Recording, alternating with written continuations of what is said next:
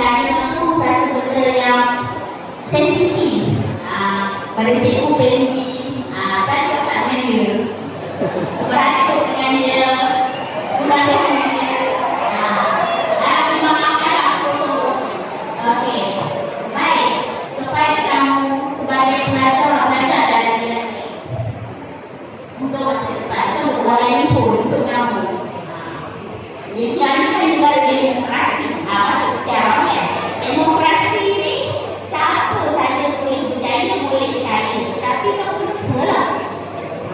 Jangan berhenti pada kejayaan orang lain, tapi kita buat orang yang berjaya, kita bangga dengan kejayaan orang supaya jadi motivasi kepada kita untuk berjaya.